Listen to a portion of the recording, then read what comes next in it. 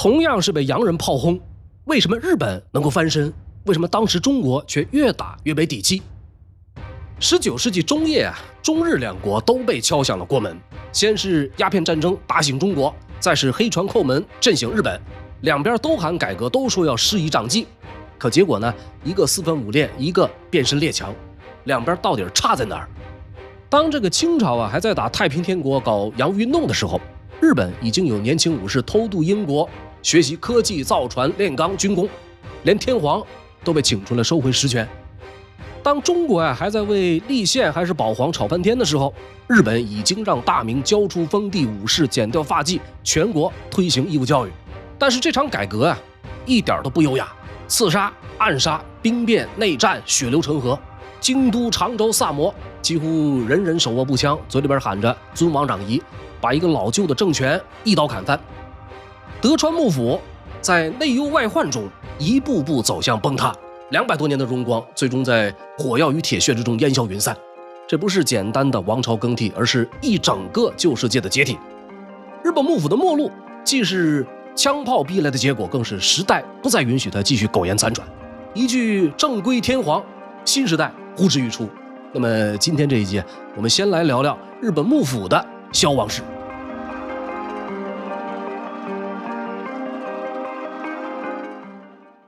话说1603年2月12日的下午，在京都南边的福建城里热闹非凡。德川家康披着一袭猩红色的礼袍，端坐在城堡的高台上，神态自若。不一会儿，有一名侍者跑了上来，先是深深鞠一躬，然后摇了摇手中的木铃，低声禀报说天皇的高级特使驾到。紧接着，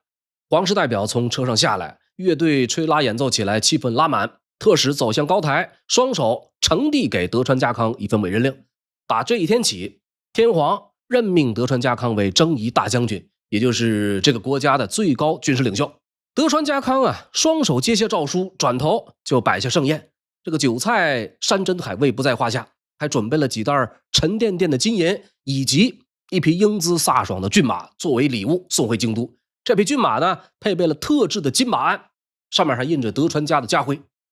任命德川家康为将军，这是日本历史上的一件大事。从1603年开始，一直到1867年默认将军德川庆喜还政给明治天皇为止，这200多年的时间被称作德川幕府时代或者江户幕府时代。当时的日本大概有250位大名，各自在一方领地称王称霸。他们的城堡几乎是个顶个的气派非凡，有不少在规模上甚至比欧洲中世纪那些最宏大的城堡还要气派。但是没有哪一个大名的城堡能比得上德川家族的福建城。这个福建城的石墙和城壕是丰臣秀吉活着的时候耗巨资打造的。石墙和城壕环抱着高耸的主楼，以及2000位驻防武士的住所、公署，还有粮仓和武器库。这些设施散布在6个宽广的城郭之间。这个福建城呢，既是宫殿，也是军事堡垒。德川家康被委任幕府将军的这个时间节点，在日本的京都，天皇和许多贵族正生活在贫困之中。天皇就好比一个吉祥物，表面受到尊重，名义上还得盖章批文，实际上啥权也没有，全都被幕府将军一手抓。很多曾经身份显赫的贵族不得不搬到更加简陋的住房，或者到寺庙寄宿，而老百姓的日子呢就更难了。能养活自己的少数地主算是幸运的，大部分人活得像牛马一样，白天种田，晚上织布，还得修工具、补衣服。房子是茅草加泥巴，衣服是补丁拼出来的，活着就是为了活下去。这一年但凡有点天灾，就都虾米了。这个时候的日本刚刚从战乱中爬出来，德川家康建立的江户幕府实际上是给日本按下了暂停键。江户幕府是日本历史上第3个也是最后一个幕府政权。德川家康获得了将军任命以后，迅速架起一个全国军政一体化的政府，而他的继任者比如德川秀忠、德川家光则是更进一步，通过世袭制度以及对土地、税收等等方面的掌控，整合了全国的军事和行政权力，为长达200多年的江户时代奠定了稳固基础。德川家族的统治有2大核心支柱，一是军事实力强大到无人可破，二是将军的绝对专制，任何级别地位的大名都必须臣服于幕府的各种权力。尽管幕府是咄咄逼人，但是在自己的地盘，这些大名基本上是想怎么玩就怎么玩，对武士团吆五喝六，对农民和商人群体征税，随心所欲，多点少点也无所谓，随时发布自己的法令，只要是大明认为有必要的，严刑峻法也无妨。虽然幕府给大明套上了紧箍咒，但是相比普通人，在自己的一亩三分地，大明依然是一方诸侯，是土皇帝。除了对地方势力限制和约束，德川氏将军还把持了决定日本对外关系的特权。日本历史上最早的对外交往是中国和朝鲜。公元7世纪前后，日本在中国唐朝学习了治国之道，日本贵族开始迷恋中国的各类艺术和诗词歌赋。同一时间呢，朝鲜对日本的影响也不小。在7世纪之前，朝鲜人就帮助把佛教传入了日本，大批的朝鲜书吏、陶工、织工和冶金匠人纷纷渡海而来。这些移民呢，把先进的技术和文化知识一并带到日本，对当时的大和政权的形成起到了重要作用。应该说，日本和最近的邻居和平相处了差不多1000年的时间，直到1592年丰臣秀吉统治时期，这一切发生了改变。丰臣秀吉在1592年发动了文禄之役，入侵朝鲜，引来中国军队，被中国击溃以后，日军退守到釜山附近的据点。1597年，丰臣秀吉再次发动战争，陆战遭受惨重损失，海战士气尽丧，日军不得已再次退守沿海据点。1598年8月，丰臣秀吉死后，日军全线撤回了日本。有关这段历史，我之前专门做过3期视频，大家可以搜索万历朝鲜战争去看一看。这个战争没捞着什么好处，倒是从朝鲜抢来的书籍激起了日本人对新儒学的兴趣，还有那些被俘的朝鲜匠人们后来制出来的1万里瓷器，到现在仍然享誉盛名。可是说到底，战争对双方造成的伤痛才是真正的灾难。日本的10余万大军有将近1/3在1592年到1593年的严冬中冻死了，更多的人呢，或者被明朝联军击毙，或者因为劳累、饥饿、疾病而丧命。朝鲜的损失要更加惨重。1593年，日军放火焚毁了汉城。1597年再度入侵的时候呢，丰臣秀吉更是下令对所有反抗者一律屠杀，无论军民，不管男女老幼，几乎见人就杀。杀过以后，把鼻子割下来腌好，运回日本。好几万个令人毛骨悚然的鼻子，后来呢，就堆积在丰臣秀吉的陵庙旁边，堆成了一座面积可观的小山。这边的战火刚刚熄灭，那边欧洲人开始轮番登场，葡萄牙人来了，英国人来了，耶稣会、方济各会、道明会的传教士也相继赶来传教，还说已经有30万日本人信了基督教。最开始，大多数日本人对欧洲人热情招待，为个嘛呢？因为可以获取枪支和军事技术，可以促进贸易，增加税收。有的个别大名甚至接受洗礼，还取了教名。然而不久以后，日本的统治阶层开始对外国宗教产生怀疑和不满。这些从欧洲漂洋过海而来的老外不但在日本传教，还说什么信上帝不能信别的，这可不是小事。在日本，天皇是神，将军是老大，你来个外国信仰，说只有上帝最大，这不是砸场子吗？于是1587年，丰臣秀吉不客气地下令所有耶稣会传教士20天内给我滚蛋。但是话说得狠，手倒是没那么快动。10年以后，他终于动了真格，抓了6个方济各会修道士、3个耶稣会的神父，再加上17个信徒，直接绑到长期的十字架上公开处死，手段直接且暴力，场面也极为震撼。而问题是，杀了人，信仰却没断根。这个基督教的信徒们还是偷偷摸摸猫在村里，神父们也不怕死，继续潜伏讲道。这个时候，德川家康上场了，意识到了基督教对统治的潜在威胁。德川家康心一横，在1614年下令，命令所有传教士全部滚蛋。可是传教士们很多人还真就不怕死，躲藏起来继续传教。于是呢，幕府发起了一场大清洗。1622年，在长崎处死了55名基督徒，在全国各地对传教士和信徒穷追不舍。到1630年代后期，据说有超过4000名信徒被杀，剩下的只能跑到九州岛，躲在一些与世隔绝的小村庄生存下来。到德川家第3代掌门人德川家光接棒以后，干脆把禁教变成了禁洋人。从1633年到1639年，日本幕府连发5道锁国令，完全取缔了基督教，不准日本人出国，禁止葡萄牙船只来航，严格控制对外贸易。这个时期的葡萄牙人每年把多达20吨的白银装上大帆船，运回他们在澳门的据点。这下虾米了，完全玩不转了。葡萄牙人从澳门派出使者，来到日本想要恢复特权，结果被幕府将军下令把那些使者就地放血，把葡萄牙船只挨个烧毁。最后1641年，幕府颁布了第6道命令，只允许荷兰人和中国人到日本经商，并且只能待在长崎港一个人造岛屿上。从此以后，日本正式关起门来，不见外人，这一锁就是200年。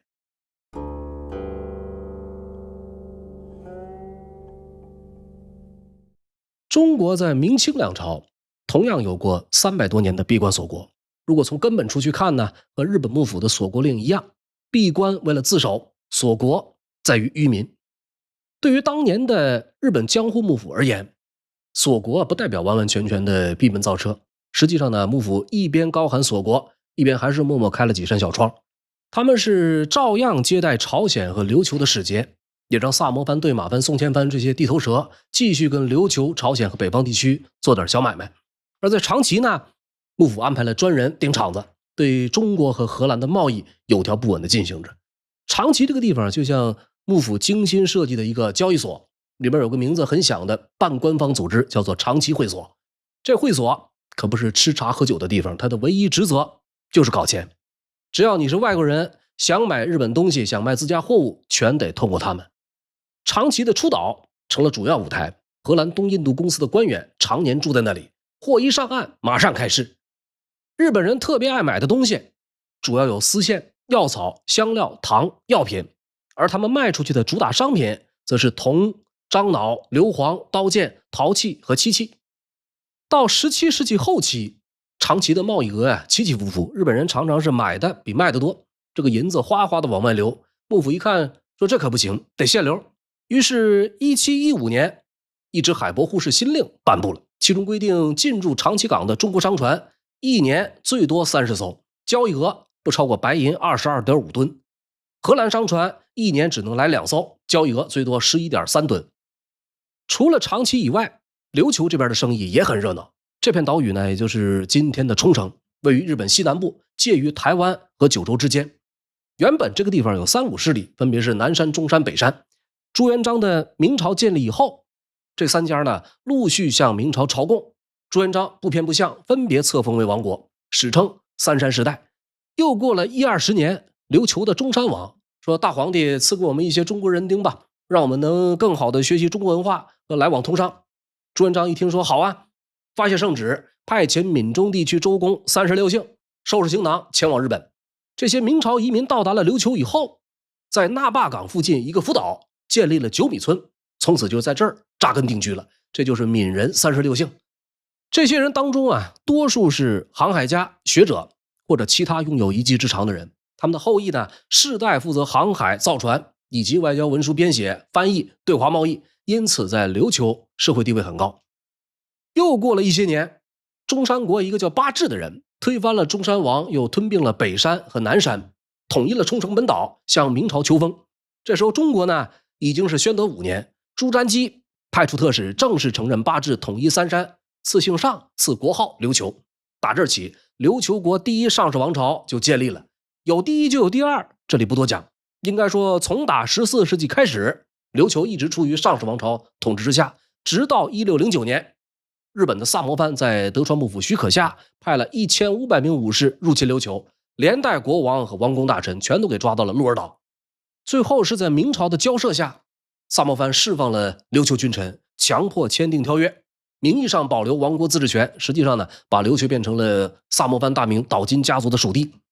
那么萨摩藩透过琉球跟中国沿海建立起了贸易关系，把中国货物从琉球导回日本，生意做的是风生水起。直到17世纪80年代，幕府出手限制萨摩藩输出白银，他们的贸易才逐渐降温。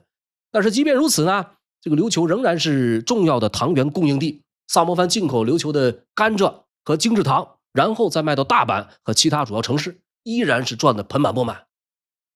说日本九州和朝鲜之间有一座对马岛，从15世纪开始，宗室大名就和朝鲜保持着友好关系，定期派遣商团前往朝鲜半岛。万历朝鲜战争之后，经过宗义朝的斡旋，德川幕府跟汉城方面重修旧好。这个贸易协定啊，允许宗室每年派出20个商船，船上满载要卖给朝鲜政府的货物，也允许日本在釜山设立贸易据点。在那儿呢可以和朝鲜商人做点私活，这下真是你进我出，贸易做的不亦乐乎。日本人掏出金银换来朝鲜的丝绸和高丽人参，顺手还捡了点马口铁、牛角、胡椒、苏木以及一些陶瓷器、水墨画之类的艺术品。这种情况一直延续到19世纪中叶，白银外流的老问题迫使幕府不得不出手收紧，削减了对马岛和朝鲜之间的贸易。再往北看，北海道那边也很热闹，这个地界在当时生活着阿伊努人，日本人把这块地呢叫做虾夷地。德川家康当上幕府将军的时候，阿伊努人大概有3-4万，他们是语言各异，文化不一，但是有着相同的生活方式和物质文化。通常呢是10来个家庭就是一个村子，人们共同猎捕，靠海求生，崇拜自然界的各种现象，认为万物都是神。虾夷地丰富的渔猎场所让阿伊努人自己有余，有时候呢他们会经过库页岛和千叶群岛，把剩余的毛皮和海产品用船运到亚洲大陆。到了16世纪，日本人沿着北海道西南边的大岛半岛海岸一处接一处的成立贸易团体，最后呢松前家族成了这块地盘的头面人物。幕府承认松前氏是半岛南半部一块领地的领主，并且确认他们有权控制和阿伊努人的贸易。时间一久呢，谁也没想到最赚钱的竟然是把飞鱼粉加工成肥料。一些日本商人一边雇佣阿伊努人打鱼，一边造厂烘干研磨成饼，再把这个飞鱼粉肥饼运到几个主要岛屿，卖到种植水稻的村庄里。到了18世纪幕府开始介入北部贸易，人们发现什么呢？说在中国存在一个庞大的海货需求市场，包括鱼翅、鲍鱼、海带、海参这些，通通都是中国人爱吃的海味。虾夷地的商人们呢，往往把这些海货装在草袋子里面，所以这些商品一般被称作镖物。到了1785年，日本幕府在长崎专门成立了一个镖物会所，专门收购各种海中美味，然后再转卖给中国商人，做起了拿海货换银子的好买卖。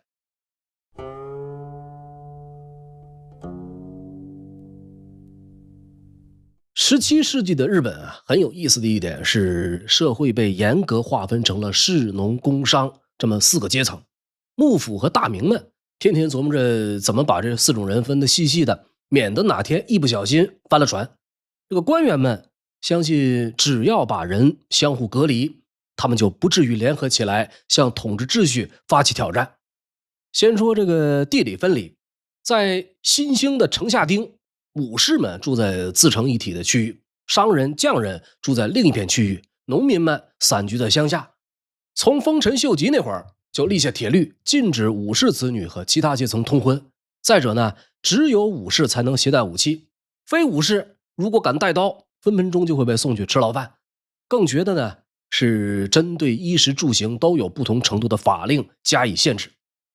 比如加贺藩前田大名在1660年公布了一个法令，规定上层武士可以穿13种丝绸，低级武士可以穿4种品级稍低的丝绸，商人和手工业者只能穿最普通的丝绸和棉布。尽管有禁令，但是不服从也是普遍存在的。一些富人呢，通常无视衣着的规定，大大方方交点罚金，然后继续穿上好看的衣服上街炫耀。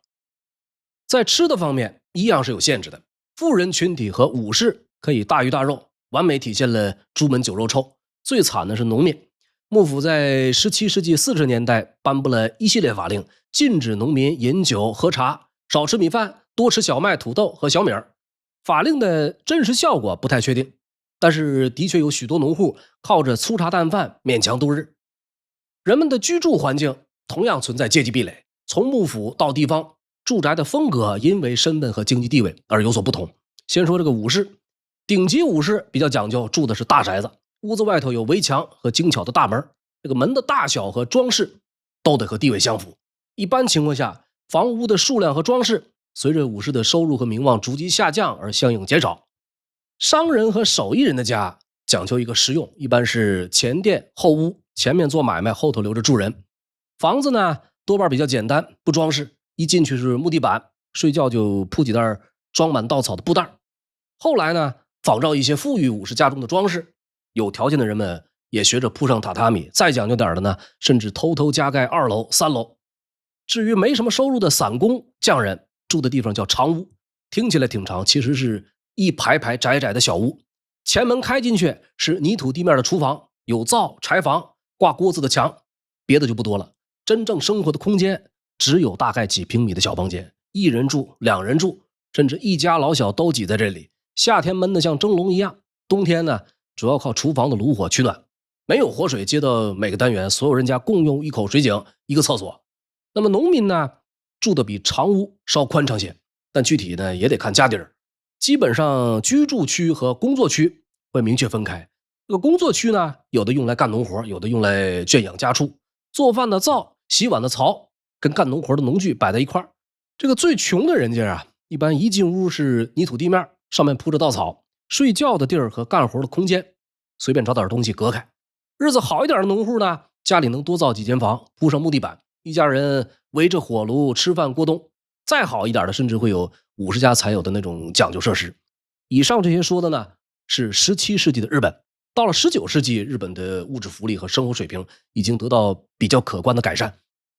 如果从全局来看啊，对大多数日本人而言，从1600到1850这250年，生活方式和生活水平已经发生了翻天覆地的变化。这个时候，商人和工匠家庭穿得更好，吃的食物更加多样，住的呢也比他们200年前的先人要更宽敞。类似的情况在农村也很明显，即便是偏远一点的家庭，也已经有能力购买不同的食物和衣服。那个小贩们在田间穿梭，许多村民们开始自己开设杂货铺，从吃的到用的，几乎所有的日常必需品都可以在村子里边买到。当然，并非所有人都一下子脱离了贫困线，没有能力或者时运不济的商人和工匠依然是穷得底儿掉。也有一些农户呢，世代居住在劣等的房子里，只能喝大米稀粥度日。这个时候，武士阶层则面临着不同的问题。这部分人是拿年薪的，每年从大名那里领取俸禄。这个俸禄呢，通常是以稻米的形式进行支付，但是具体数额从17世纪初定下来以后，就基本上没有再提高过。所以大多数武士是没有从生活水平的普遍上升中受益的。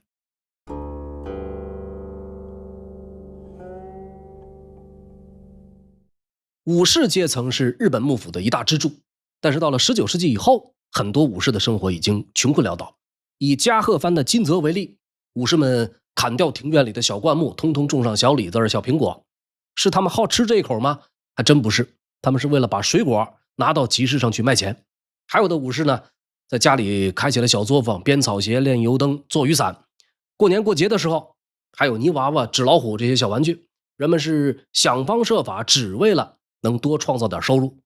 全日本大大小小的城镇，武士们自谋出路的越来越多，个别地方占到70%以上。有的呢搞起了副业，有的在商人工匠的店铺兼职，还有的当掉祖辈上传下来的刀剑和盔甲，把女儿送到别人家当佣人，甚至杀掉刚出生的婴儿，以免陷于贫困。穷到了骨子里，这个身份再崇高也解决不了温饱。武士们变穷了，这个主要原因是前面提到的社会进步了，商人工匠们富裕了。可是历经200年，武士们的俸禄基本上没变，有的大名呢还要不同程度的减少俸禄，嫉妒和不满也就这样产生了。除了一个贫困，制度僵化同样加剧了低级武士们的怨恨。家庭出身、社会地位直接决定了一个武士可以担任的职位。到19世纪为止，高级武士占据了大多数的重要官职，名门望族霸占了关键位置。这还没完，更糟的是天灾人祸撞个正着。从1833年到1838年，日本爆发了一场世所罕见的天宝大饥荒。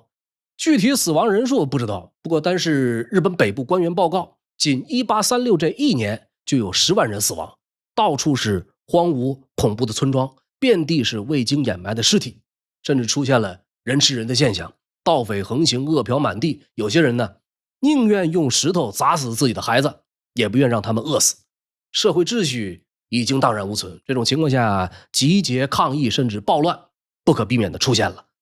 19世纪30年代，全日本有据可查的农民起义和城市骚乱总计超过了400起。影响最大的一场发生在大阪，领头的呢是个武士和政府官员，叫做大岩平八郎。怀揣着杀富济贫、替天行道的梦想，这个大岩平八郎动员农民起义，洗劫城市。在袭击了官府，混战2天以后，没打过官军，起义失败。大岩平八郎自杀身亡。这股浪潮应该说既有武士阶层的苦痛，也有民间的觉醒。这个期间呢，有为了粮食在闹市抗议的，有为了打破世俗特权奔走疾呼的。在历史浪潮的推动下，像同时期的中国一样，日本社会正走向一次深刻的动荡与变革。整个天宝年间啊，江户幕府和一些地方大名各出奇招，想要缓解社会乱象。1841年的时候，幕府的首席决策人叫做水野忠邦。水野忠邦采取了一系列措施进行改革，但是因为操之过急，不但没能解决问题，反而把自己搞下了台。这个时候的日本幕府越来越像是银样蜡枪头，看上去很无能，可是呢，却总是威胁着要没收大名的财产。地方的大名呢，很多人开始不信任幕府，民众也开始对政府失去信心。内忧只是一个方面，外患很快也不期而至。打北边来了俄国人，老毛子的触角已经触及到了千岛群岛南部，并且威胁说，如果不同意通商，就把日本北部夷为平地。日本方面说，我们只跟中国和荷兰人做生意，你们哪儿凉快哪儿待着去吧。打南边来了英国人，这些人比老毛子更直接，直接把军舰开进了长崎港，绑走荷兰官员，并且要求供应食物和淡水，否则就架起大炮轰击长崎。长崎管事的奉行在无奈之下只能照做。事后这个人羞愤至极，服毒自尽。荷兰和日本啊始终关系很好，那么荷兰人每年都会向幕府提交报告书，通过这些报告，日本已经完全掌握了说这个英国人是怎么控制了北印度，在那里种植鸦片，再运销到广东，交换中国的茶叶、丝绸、瓷器。英国人的鸦片销量在近30年间已经增长了5倍。中国官员想要禁止鸦片贸易，随后中英两国爆发鸦片战争，英国人取得了胜利，香港成了殖民地，中国5个口岸成为开放城市。英国根据条约享有一系列最惠国待遇，一个英国尝到了甜头，其他国家紧跟着和中国签订相似条约。中国的遭遇呢，让日本幕府意识到说，这个西方的工业进步啊，让他们对贸易贪得无厌，炮舰之下只能签订条约开放口岸，作为弱国几乎没有条件可谈。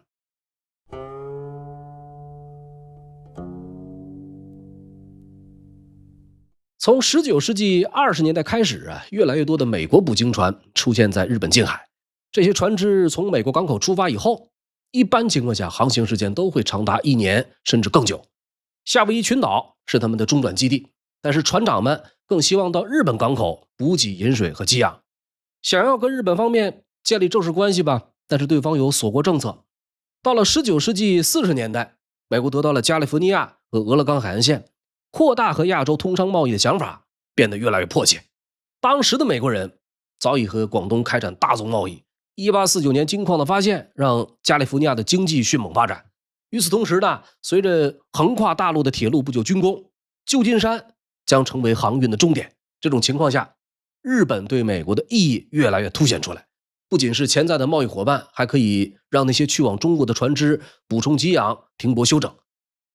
值得一提的是啊，许多美国人在当时啊，不单单希望在亚洲赚钱获利，而且呢，也想把他们所认为的西方文明带到中国、日本以及其他的他们觉得不太走运的民族。那么好，到了1852年，当时的美国总统啊是米勒德·菲尔莫尔，总统派了一支海上远征队前往日本，并且修书一封递交日本政府，措辞很是谦逊，大致是说日美两国友谊长存，美国希望第一，日本能够更改古老的法律，容许日美之间自由贸易互利共赢。第二，如果美国有船只失事，请求日本友好妥善地伸出援手。第三，美国船只频繁往返于太平洋，希望准许他们在日本停靠，补充煤炭、粮食和淡水。这支远征军领头的是海军准将马修·佩里，绰号老熊先生，经历过美墨战争，性格高冷，出身是美国海军世家。1853年6月3日，老熊先生佩里率领舰队抵达日本江湖湾的入口。6天以后，佩里身披礼服登陆，递上菲尔莫尔总统的密函，又亲自写了2封信，批评日本闭关锁国，不明智、不现实，并且强调说两国友好，咱们能不打就不打，无论如何他都会立刻离开日本水域，但是明年春天还会再来，到那个时候他会带来更大的舰队，一起来领教幕府将军对菲尔莫尔总统的答复。这之后佩里带着舰队扬长而去。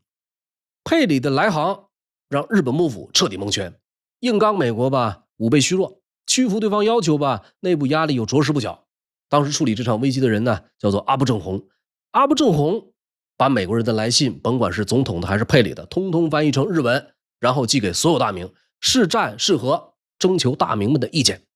大多数人的回复是不疼不痒，建议幕府拒绝美国人贸易请求，同时呢又劝告要尽可能避免战争，等于是反正都给说了，里外装好人。有少数人赞成开国，还有一小部分大名宁愿开战也要坚持锁国政策。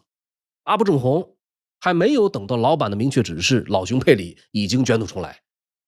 说1854年2月14日，佩里的舰队再次出现在江户湾，这次的规模共计8艘军舰，全是当时世界上最具杀伤力的。箭在弦上，不得不发。阿部正弘硬着头皮开始了谈判。美国人带来了一堆神奇玩意儿当做见面礼，包括一部莫尔斯电报机，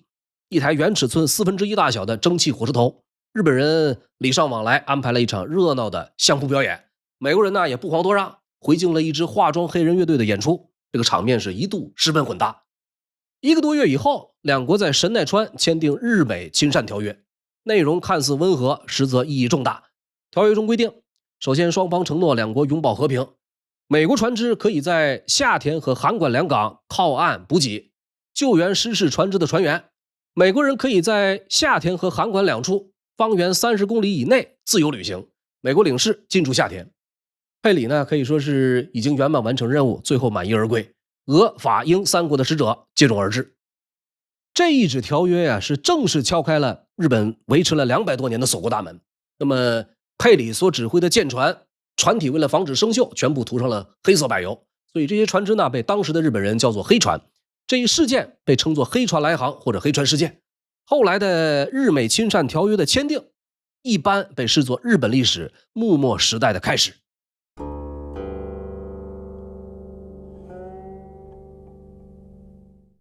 日本江户幕府时代啊，在决策过程中，幕府将军有2个主要的顾问部门。首先呢是老中，一般情况下有那么4、5个名额，主要是由中高级普代大名担任。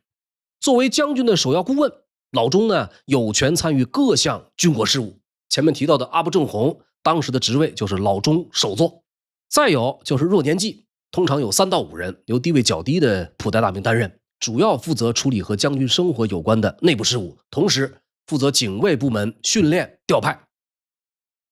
日美亲善条约签订以后，来了一个美国大使，叫做汤森·哈里森。这是一位在中国做过生意的来自纽约的落魄商人，为人贪杯好酒，个性嚣张。到日本就开口闭口要签署商约，不签那就等着美国再派一波黑船吧。这个事儿闹开以后，引发了江户政坛一场大论战。论战的一方是排外的大名，比较典型的是当时比较有影响力的水户藩已经退职的藩主德川齐昭。当年的幕府啊，根据远近亲疏关系，把大名分成不同类别，最接近德川氏首脑的有23位德川家康的直系或者养子的后裔，被统称为亲藩。其中的纪伊、水户、尾张3家藩主又组成了御三家，这就是德川系的3大旁系。将军如果没有直系继承人，御三家可以找人直接顶上。在亲藩以下是普代大名，一共有150人左右。这其中呢，有是德川家嫡系家臣的，也有在关原之战和德川家康并肩作战的。那么德川齐昭，这是日本幕末时期比较顽固的政坛元老，也是最后一位幕府将军德川庆喜的父亲。在听说了阿部正弘签订条约以后，德川齐昭提出说，这些日本的谈判代表都应该去死，开国开什么国，不服直接干就完了，拿着金银铜铁去换美国人的泥绒和玻璃，这种贸易是有百害而无一利。伴随着对幕府的批评声音啊，一个叫吉田松阴的年轻人渐渐引起关注。这是一位长州藩出身的低级武士，这哥们儿从小脑子灵光，专门研究过军事学，20出头就独自跑到长崎、江户四处游学。佩里第2次来到日本的时候，吉田松阴啊曾经悄悄溜上佩里的军舰，准备偷渡去美国。世界很大，他想去看看，结果被发掘并移交给了日本当局，灰头土脸的被送回了常州。不过常州藩呢没把他当成罪犯，反而安排他去当老师。这一当不要紧，他的学生中有好几位都成了后来的狠角色，其中就包括伊藤博文、山县有朋。他们后来在明治维新中都起到了重要作用。这位吉田松阴啊，讲课不讲八股，讲的是如何救国救民。他是坚决反对条约，认为这是丧权辱国、侵害国体的卖国行为，并且提倡尊王攘夷。什么是尊王呢？就是天皇不能再当吉祥物了，天皇应该发表声音，直接参与政事。而攘夷呢，就是必须废除条约，把外国人赶出日本。吉田松阴啊，甚至直接指控阿部正弘，说你一个老官凭什么不问天皇就私自签订条约？这不是把祖宗留下来的国体给踩碎了吗？你这不是爱国，是叛国。为了扭转事态，吉田松阴号召动机纯良的年轻人挺身而出，救日本不能靠老一辈了，必须靠一批志士站出来对抗腐败的官僚体系，哪怕牺牲也在所不惜。他的这套言论在当时被认为太过于激进，但谁也没想到几年之后，这群志士真就把日本推进了历史的快车道，而那个曾经想偷渡的热血青年也成了幕末极为闪耀的一道火光。有人主战就有人主和，除了德川齐昭、吉田松阴这一派比较强硬的，也有一些日本人希望找到更灵活的办法来解决危机。他们想的是能不打别打，咱能不能先学点本事把局面扳回来。许多的知识分子向幕府和大明呈递小册子请愿书，这帮人呢支持开国。最有影响的一位人物叫做佐久间象山，这是日本中部的一位武士，先学儒学又转向兰学。有一种说法说他是当时日本排名第一的兰学学者，另一种说法说他是个自大狂，因此树敌很多。这个佐久间象山一直认为自己是国之重宝，应该多留下一些优秀子嗣。这哥们曾经给自己的弟子写信说，继承我的血统的孩子必成大器，因此我必须要多生孩子，所以请帮我介绍屁股大一点的女性吧。君子坦荡荡，象山比较喜欢直截了当。说那一年中英鸦片战争一开打，象山同志就坐不住了，看着报纸上中国挨打的消息，他是越看眉头越紧。这不是普通的战争，这是给东亚所有国家上了一课。他在当时提出了一个尖锐又让很多日本人关注的问题，说为什么中国一个看上去不会被蛮夷征服的文化典范和强大巨人，居然会在战争中败给了英国这么一个突然冒出来的小国？他给出的答案，我觉得直到今天仍然值得在历史层面深思。他说什么呢？他说中国是败给了自己的骄傲，败给了文化上的自大。也就是说，中国遭受的苦难是因为其统治者夸大地认为自己的文化比其他文化优越，并因此污蔑西方科学和数学的崛起。佐久间象山写了不少文章，后来呢提出一个口号，叫做东洋道德，西洋艺术。简单说呢，就是以儒学作为社会基础，但是怎么迎接西方的挑战，他没有给出切实的有效的方案。面对西方的军舰大炮，象山的主张是要想在这场全球视角的决斗中不被淘汰，就得放下架子，学点西方的真本事。这话当时听进去的人不多，但是后来证明这套理论的确管用。故事来到这里，这个形势开始变得复杂。有几个强藩的藩主想法和象山类似，认为不能像大清那样死抱着老祖宗那一套，把外国人一味的拒之门外。说起来痛快，可真要打起来，吃亏的还是咱们自己。这个时候阿部正弘病了，幕府的老中首座先换上枯田正俊，又换上景一直弼。景一直弼，晋江国燕根藩藩主，日本幕末历史不得不说的一位人物。景一直弼一上台，就传来中国在第二次鸦片战争战败的消息。美国总领事哈里斯出面暗示英国下一步可能会派遣军舰来日本，并且以此来强迫日本签署商约。景一直弼呢确信哈里斯说的并非大话空话，于是在1858年7月29日，日美友好通商条约正式签署。习惯上呢，通常又被叫做哈里斯条约。具体的细节可以说是五体投地：开放神奈川、长崎、神户、新系4个港口，开放江户和大阪2座城市，美国人可以在那里居住，并且享有治外法权，犯了事也不归日本管。几周以后，景一直弼又和荷兰、英国、法国、俄国缔结了商约，条约差不多，还都附上最惠国待遇，只要一国拿到好处，其他国家自动拥有。从此日本的大门算是彻底打开了，而江户幕府也从这一刻开始走上了风雨飘摇的下坡路。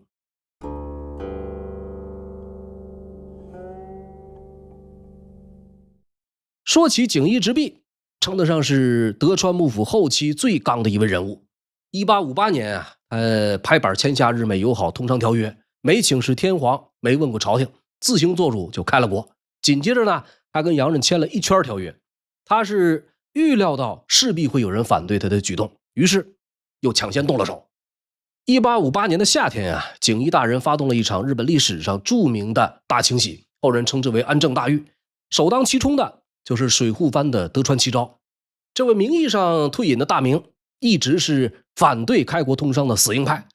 景义直弼说：“你不退是吧？行，我帮你退，说退就退，还给你配上软禁套餐。”接着，一票反对派大名不是被迫辞职，就是被关了起来。连江户城里那些劝他别太激进、想和稀泥的幕府官员也被一锅端了。在天皇那边，凡是叫嚣攘夷排外的公卿贵族全都打发回家。这还没完，景义直弼还派出密探抓了上百位支持反对派的大名学者和门生，里头有的被关，有的被流放。最倒霉的8个人直接被拉出去问斩，其中就包括那个特别激进的吉田松阴。这哥们儿啊，是从偷渡失败开始就一路高唱尊王攘夷，最关键的是他还准备刺杀幕府要员，结果还没动手就露了馅儿，在江户关了一段时间就被砍了脑袋。说景义大人签署条约1年多以后，1860年3月，天气是乍暖还寒，江户城的应田门外迎来了属于历史的那一刻。景义直弼啊，一如既往的从家里走出来，坐上轿子前往官署。可惜他不知道，这一路是看似平常，实则生死攸关。就在这一行人走到主城门应田门外的时候，只见一群20郎当岁的年轻武士恭顺地走进轿子，然后突然抽刀朝着景义直弼的卫队蜂拥而上。还没等护卫反应过来，这些人已经齐刷刷地杀向轿子，掀开轿门，刺中景义直弼，连人带椅拖了出来。转眼间，这位景义大人啊，已经是头颅落地，鲜血淋漓。这桩血案可不是简单的私怨。事后调查，这些人啊，有17人来自水户藩，有1人来自萨摩藩。对于这些年轻武士来说呢，景义直弼是向洋人卑躬屈膝的懦夫，是彻头彻尾的卖国贼。外国人的出现就意味着日本传统文化的灭亡。景义直弼软禁了他们的良师，也就是水户藩的前藩主德川齐昭。这个事儿更是火上浇油，于是他们开始施暗杀。这伙年轻人啊，不出意外的都死了，有的呢是当场重伤不治，有的是被俘后严刑正法。这场暗杀事件史称应田门外之变。应田门外之变是日本历史的一个重要转折点，对景义直弼砍的那一刀，就好像一声惊雷在江户城上空炸响，迫使幕府不得不退让。他们开始放下身段，打起了公武合体的旗号，既要讨好朝廷，也要安抚各地大藩主。官员们安排了新任的幕府将军德川家茂迎娶孝明天皇的妹妹和宫公主。这位新将军亲自率领3000家臣，浩浩荡荡前往京都，去和朝廷商讨国事。这在江户幕府200多年的历史上还是头一遭。幕府如果不依靠天皇，这个时候已经很难实施有效统治。除了朝廷那边啊，各地的大藩主也得递上橄榄枝。之前被景义直弼处罚的人，这会儿被一一赦免。各地的大名在这个期间呢，有几位开始尝试在自己的辖区进行改革。比较典型的就是萨摩藩的岛津骑兵，派遣家臣到长崎江户向外国专家学习，出钱资助翻译西方科学和航海著作，并且呢引进西法训练炮兵，组建全新的步枪队和海军军官学校，甚至在鹿儿岛创办汽船船厂，以及生产现代大炮和步枪的冶炼所，还有制造火药、玻璃、陶瓷、农具等等一应俱全的西式工厂。同样不甘人后的还有加贺、肥前、土佐各藩，虽然规模稍小，但是也都开始推动改革。公武合体，这是当时的一大政治概念。朝廷是公家，幕府是武家，二者各有盘根错节的家臣势力，单打独斗呢多半死翘翘。于是大伙儿一拍即合，立誓要把朝廷的这个神圣光环和幕府的实际武力捆绑在一起，用公家武翻修政体，既能压制尊王攘夷的运动，又能避免幕府倒台。可惜天下没有十全十美的事儿。他们的对立面啊，是在景义直弼被暗杀以后，有一批自称志士的年轻武士，喊着攘夷除夷的口号，坚决反对公武合体，甚至不惜用同样激烈的暴力方式。一开始呢是小规模的挥舞刀剑，走上街头揪住外国人一顿砍砍杀杀，后来发展到接连暗杀幕府官员。这个期间最重大的排外事件是有4个英国人在横滨游玩的时候，他们的坐骑误入了岛津久光的队列，这是岛津骑兵死后萨摩藩的实际掌权人。岛津家的武士卫队对这4个老外傻乎乎的行为感到愤怒，于是拔刀相向，砍伤2人，砍死1人。死的这位呢是个商人，叫做查尔斯·理查森。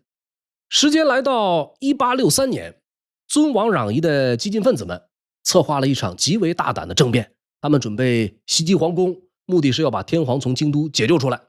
长州藩呢成了这些尊王派的根据地，人们组建起了军队，在少数几个藩主的支持下发起了一次袭击。起义军冲进了京都，但是被幕府军击溃，冲突中一场大火烧毁了大概3万所民宅。历史总有相像的地方，愤青往往最容易被利用，也最能搅局。志士们的过激行为呢，很快引来了幕府和西方列强的报复。为了替死去的英国商人查尔斯报仇，英国舰队炮轰萨摩藩的鹿儿岛，包括当年岛津骑兵引进的锡石工厂在内，鹿儿港的大部分地区都被烧成了灰。1年以后，由幕府方面牵头，集结了21个大名、15万兵马，奔赴常州边界蓄势待发，直到常州藩硬着头皮赔罪，处死了3名带头的激进分子，驱逐激进派朝臣，幕府才宣布胜利，撤回军队。紧接着这个场面就更大了，英法美俄4国联军17艘战舰炮轰了常州藩的海防设施，又派兵破坏了下关炮台的大炮，顺便还勒索了一大笔赔款。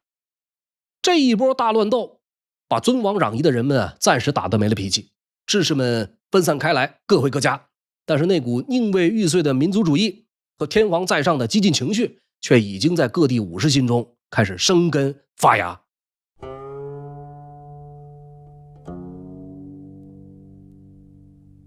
1864年以后，日本幕府抱上了法国人的大腿，得到了法国公使罗修的支持，于是铁厂、船厂接连兴建，步枪一口气进了上万支。幕府也不装了，开始搞现代军改，把过去那些传统武士编进骑兵队、炮兵队、步兵队，准备来一场脱胎换骨的大翻身。可常州藩那边呢也没闲着，一场内战过后，尊王攘夷派又回了掌权，伊藤博文、山县有朋这帮狠人全都上了台。再看萨摩藩那边呢，岛津久光已经软了，开始倚重西乡隆盛、大久保利通等等中下级少壮派武士。这些人早已对幕府忍无可忍。那么常州、萨摩两藩暗中效法英美，疯狂买枪买炮，甚至打算直接开港做生意。